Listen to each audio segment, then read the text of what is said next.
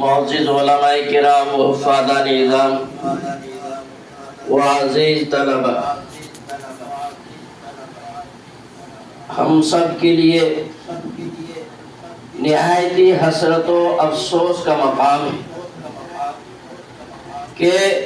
تمام ہی مسلمانوں اور خصوصاً علماء دیوبند کی ایک چہیتی شخصیت جن سے سبھی کو عقیدت اور محبت تھی، مودت اور الفت تھی، وہی دنیا فانی سے تشریف لے گئے۔ اللہ رب العزت کا فرمان ہے کہ ہر جاندار کو موت کا مزہ چکھنا ہے۔ اس دنیا میں جو بچہ پیدا ہوتا ہے وہ مرنے کے لیے پیدا ہوتا ہے۔ جو بستی، جو آبادی آباد ہوتی ہے وہ ویران ہونے کے لیے ہوتی ہے۔ سب سے بڑی چیز قرآن کریم میں اللہ رب العزت نے یہ فرمایا ہے کہ جو آدمی جہنم سے بچ گیا اور جنت میں داخل ہو گیا وہ کامیاب ہو۔ اسی لیے حدیث پاک میں رسول اللہ صلی اللہ علیہ وسلم نے ارشاد فرمایا کہ دنیا کی لذتوں ذائقوں کو فنا کر دینے والی چیز، یہاں کے مزے اور چکھاؤں کو ختم کر دینے والی چیز کی زیادہ سے زیادہ یاد کرو، یعنی موت کو یاد کرو۔ جب ہم اپنی موت کو یاد کرتے ہیں تو اس سلسلے کے اندر اپنی آخرت کی تیاری کی فکر کرتے ہیں۔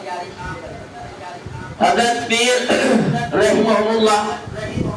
موت کی تیاری کے سلسلے میں ہی بیان فرما رہے تھے، اور پھر اللہ رب العزت کی جانب سے ان کے لیے بلاوا آ گیا اور وہ اس دنیا سے کامیابی کے ساتھ تشریف لے گئے۔ ظاہر سی بات ہے ان کے جنتی ہونے میں تو ہم کسی کو بھی شک و شبے کی کوئی گنجائش نہیں ہے۔ اللہ رب العزت نے ان سے جو کام لیا ہے ساری ہی دنیا کے اندر، خصوصاً نقش بندیہ سلسلے کی اشاعت اور توسیع کے لیے جتنا کام حضرت پیر ذوالفقار رحمہ اللہ کے ذریعے سے ہوا ہے اس سے پہلے کسی نے ہوا۔ علماء کرام کا تجزیہ ہے کہ خصوصاً حضرت سب سے پہلی شخصیت اولیاء کرام میں حضرت خواجہ معین الدین چشتی رحمۃ اللہ علیہ کے، جن سے بہت بڑا فیض جو ہے خصوصاً ہندوستان کی آبادی کو بہت بڑا فیض پہنچا۔ اور دوسری حضرت سید احمد شہید رحمۃ اللہ علیہ کی شخصیت ہے، ان کی ذات گرامی ہے، جن سے بہت بڑی اللہ کی مخلوق کو فیض پہنچا اور لوگ ان کے ہاتھ پر بھی توبہ اور تائب ہوئے، بہت سے مسلمان ہوئے اور بہت سے نے گناہ کبیرہ سے جو ہے اپنے آپ کو جو ہے پاک کرایا۔ اور اب تک کی تیسری شخصیت جو ہے حضرت پیر ذوالفقار رحمہ اللہ علیہ کی ہے کہ جن کے ذریعے سے بہت بڑی اللہ کی مخلوق کو فیض پہنچا ہے اور بہت سارے لوگوں نے جو ہے توبہ اور استغفار کی ہے اور اپنی آخرت کی تیاری کی ہے۔ اور نہ صرف یہ کہ عوام کے اندر بلکہ علماء کرام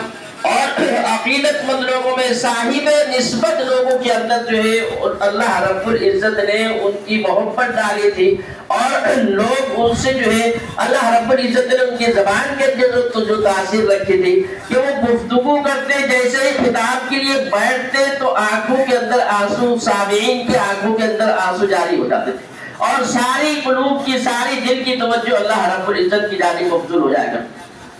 حضرت 2011 میں حیدرآباد تشریف لائے تھے۔ اس وقت کے وہاں کے جو پروگرام تھے سبھی نے دیکھا، بہت سے لوگوں کو اللہ رب العزت نے شرکت کا موقع بھی عطا فرمایا اور یہ سعادت بھی نصیب ہوئی کہ بہت قریب سے اور خصوصاً حضرت شیخ کے جو ہے وہ الفاظ جو ہے جو انہوں نے اس وقت میں جو ہے بیعت کے لیے یا طائف کے توبہ کے لیے کہلوائی، اس کی سعادت بھی اللہ رب العزت نے ہم میں سے بہت سے لوگوں کو عطا فرمائی ہے۔ اور ہو سکتا ہے اللہ رب العزت ہماری بخشش کا اور ہماری مغفرت کا ذریعہ اس توبہ کو بنا لے اور اللہ اس کو قبول فرما لے۔ تو اس وقت میں ہم نے دیکھا ہے اپنی گنہگار آنکھوں سے کہ ان کے مجمع کے اندر خاص و عام جیسے ہی وہ تقریر کرتے تھے ایک عجیب سناٹا چھایا رہتا تھا اور ہر ایک کی آنکھوں سے آنسو جاری رہتے تھے اور جو طریقے بتاتے مراقبہ وغیرہ بھی کرایا کرتے تھے اس سلسلے کے اندر آدمی کی توجہ ایسی اللہ رب العزت کی جانب مبذول ہوتی تھی کہ دوسرے مواقع کے اوپر وہ کیفیت دل کی جو ہے نوکری حاصل نہیں ہوتی تھی جو حضرت شیخ کی مجلس کے اندر ہوا کرتی۔ اب جو لوگ حضرت شیخ کی مجلس میں مستقل رہے، جنہوں نے براہ راست سے فائدہ اٹھایا، ان کی شخصیت سے صحیح طریقے سے تو وہی واقف ہے، ہم تو اس سے محرومی رہی ہے اور ہم اتنا ان سے حضرت شیخ سے فائدہ نہیں اٹھا۔ حضرت شیخ اگرچہ ابتدا سے دینی مدارس سے جڑے ہوئے نہیں تھے، لیکن اللہ تبارک و تعالیٰ کے ہاں قبولیت کے لیے قابلیت کی شرط نہیں، اور حضرت شیخ اس دنیا کے اندر عصری علوم کے لحاظ سے انہوں نے انجینئرنگ کی اور اس کے اندر ایک بہت بڑی مہارت حاصل کی، اور ہیومن ریسرچ کے تعلق سے جو ہے انہوں نے پی ایچ ڈی کی، اور اس زمانے کے اندر جب انہوں نے نوکری چھوڑی اس وقت بھی ان کی 1,00,000 روپے سے زائد تنخواہ تھی، اور 40 سال کی عمر میں حضرت نے جو ہے نوکری چھوڑ دی، اور اس کے بعد سے پھر جو ہے یونیورسٹی کے اندر جو ہے سید زوار حسین رحمۃ اللہ علیہ